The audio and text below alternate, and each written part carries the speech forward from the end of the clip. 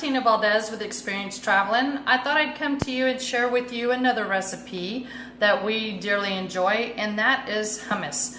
I know there's many different types of hummus. You can have black bean hummus, edamame hummus.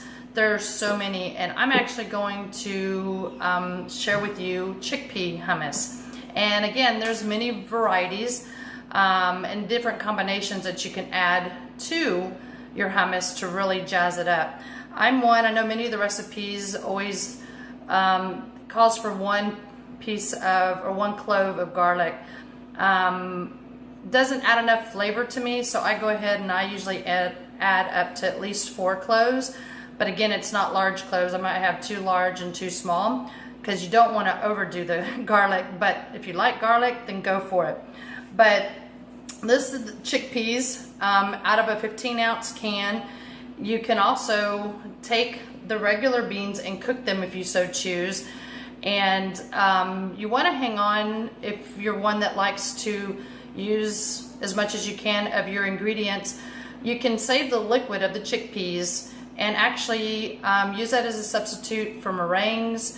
You can create eggs and stuff like that for omelets. There's so many things that you can use with the liquid from the chickpeas. So don't discard it if you can hang on to it and can utilize it. It can be very, very helpful when you don't have some of the items in your home. So currently right now in my mixer, I've got my garlic already pressed. I'm gonna add 1 can of washed chickpeas into the mixer. Then you want 1/4 of a cup of tahini. There are many brands of tahini that are out there. So you can, this is the last brand that we've gotten, and it's organic, but usually there's been other brands that we've used, and it wasn't available. So we had to use the one that we currently have now. It is sesame seeds that are pureed and turned into an oil, which is a fabulous flavor. Then you have 1/4 of a cup of lemon juice, and then you have 1/2 teaspoon of cumin. I just kind of gauge it. You can put more or less if you'd like.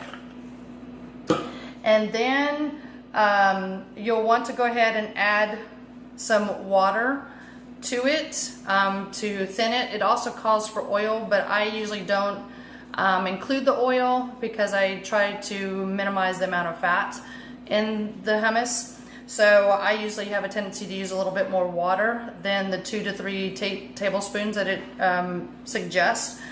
And then we like to always, if you wonder how they do the red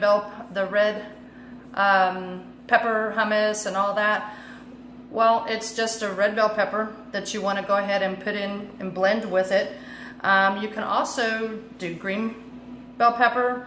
We've done a combination of both, and it's actually turned out to be very, very good and tastes very well. And you'll also want to put salt in to your liking, and then you'll go ahead and puree that and mix it. Not literally puree it, but mix it. It's almost like a puree. It'll come out really, really fine. And I'll show you what the final product looks like here just shortly. Hey everyone, this is the finished product of the hummus.